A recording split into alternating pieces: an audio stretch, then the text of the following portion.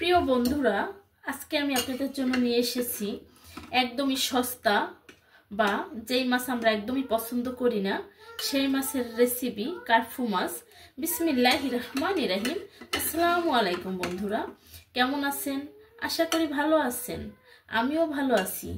দেশ এবং দেশের বাইরের থেকে যারাই আমার এই ভিডিওটা দেখতেছেন তাদেরকে আমার রান্নাঘরে স্বাগত। আজকে আমি দেখাবো কারফু মাছের রেসিপি, টিপস অ্যান্ড ট্রিক্স সহ কিভাবে আমরা এই মাছটা রান্না করলে খুব দ্রুত টেস্ট বাড়ানো যায় এবং একটা গেস্টের সামনেও পরিবেশন করতে পারি। দেখতেই পাচ্ছেন কতটা সুন্দর এবং লোভনীয় হয়েছে আজকে আমার রেসিপিটা। প্রিয় বন্ধুরা, আজকে আমার এই রেসিপিটা কেমন হয়েছে অবশ্যই কমেন্টে জানাবেন। আমার ভিডিওতে লাইক কম হয়, কমেন্ট কিন্তু অনেক বেশি হয়, কারণ আমার যারা রাঁধুনি আপুরা দেখেন তাদের কমেন্ট তো আমি দেখলেই বুঝি যে আপনারা করছেন।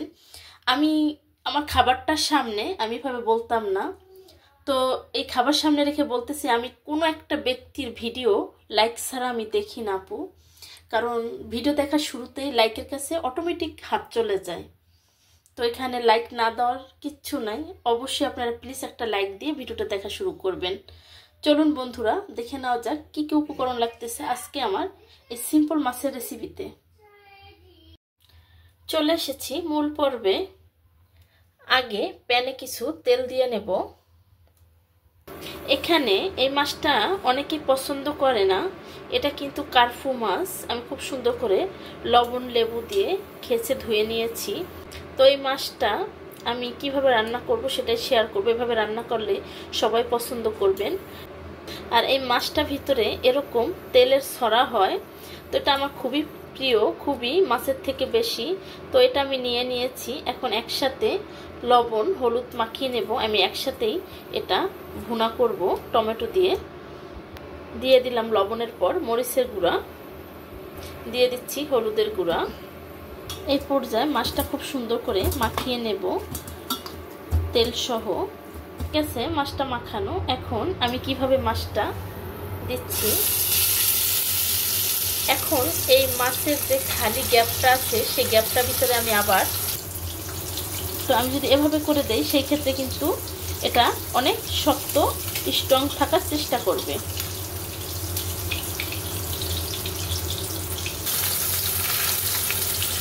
তো আজকে আমার এই টিপসটা আপনারা ফলো করবেন, তাহলে কিন্তু যেই মাছগুলো পেট পাতলা থাকে সেই মাছগুলো কিন্তু ভেঙে যাবে না।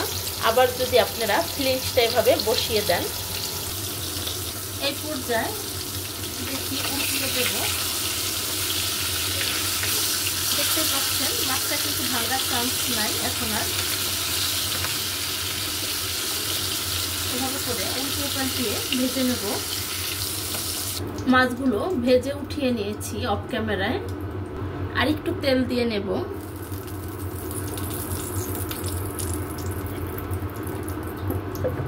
এখন পেঁয়াজ কুচি দিয়ে দেব, কারণ যেহেতু ভুনা করব সেই ক্ষেত্রে পেঁয়াজ কুচিটা কিন্তু আমি বেশি দিয়েছি।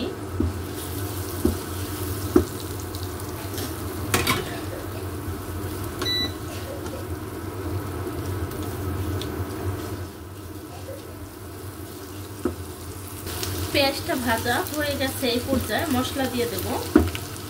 দিয়ে দিচ্ছি টেবিল চামচের হাফ চামচ হলুদের গুঁড়া, স্বাদ অনুযায়ী লবণ, টেবিল চামচের হাফ চামচ মরিচের গুঁড়া, দিয়ে দিচ্ছি টেবিল চামচ থেকে কিছু কম ধনিয়া জিরার গুঁড়া, দিয়ে দিচ্ছি টেবিল চামচের হাফ চামচ রসুন পেস্ট, দিয়ে দিচ্ছি হাফ চামচ আদা পেস্ট,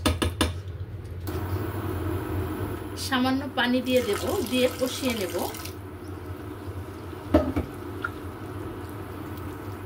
খুব সিম্পল মশলা দিয়ে আমি খুব সুন্দর করে মাছের ভুনাটা বানিয়ে ফেলবো।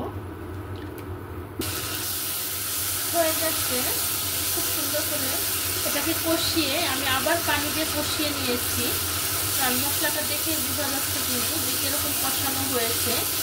আর ভালো করে কষানো না হলে কিন্তু খেতে কিন্তু একদমই টেস্ট ভালো আসবে না।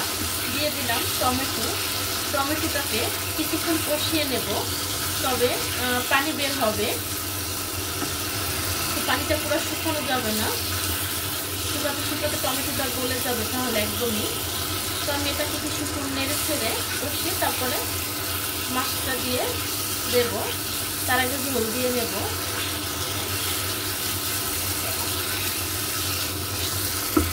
হয়ে গেছে, এখন ঝোল দিয়ে দেব।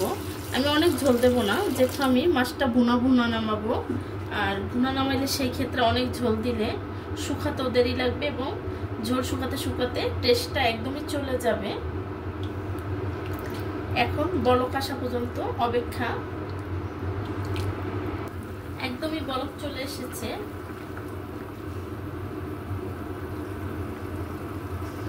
এই পর্যায়ে মাছটা আমি দিয়ে দেব।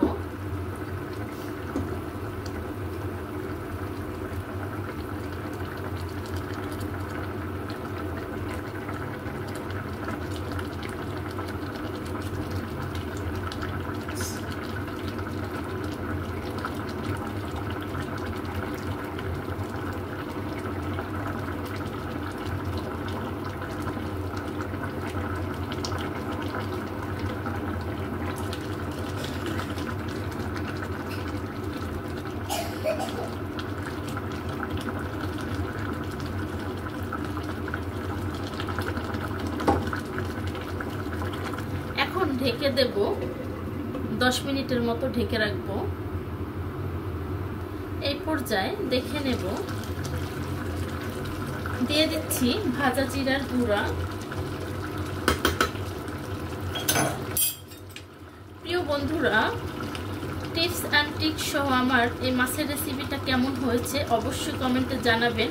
একটা গেস্টের সামনে কিন্তু আমরা নিজেরাই পছন্দ করি না এই মাছ, তারপর একটা গেস্টের সামনে আমরা কিভাবে এটা দেব বা পরিবেশন করব অনেক সময় কিন্তু বুঝতে পারি না। এই মাছে যেরকম ডিম অথবা তেল হয় সেই ক্ষেত্রে কিন্তু আমরা মাছটা এই পর্যায়ে দিয়ে দিচ্ছি ধনিয়া পাতা, দিয়ে দিচ্ছি কাঁচামরিচ। এই পর্যায়ে একটু ঝাঁকিয়ে দেব।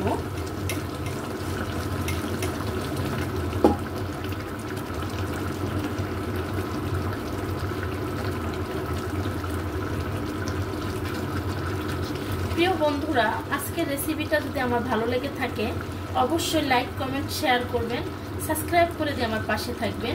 যে সমস্ত বন্ধুরা ফেসবুক থেকে দেখতেছেন তারা ফলো দিয়ে রাখবেন। আজকের রেসিপি আমার এই পর্যন্তই। দেখা হবে আবার নতুন কোনো রেসিপি নিয়ে। সেই পর্যন্ত ভালো থাকবেন। আসসালামু আলাইকুম, আল্লাহ হাফেজ।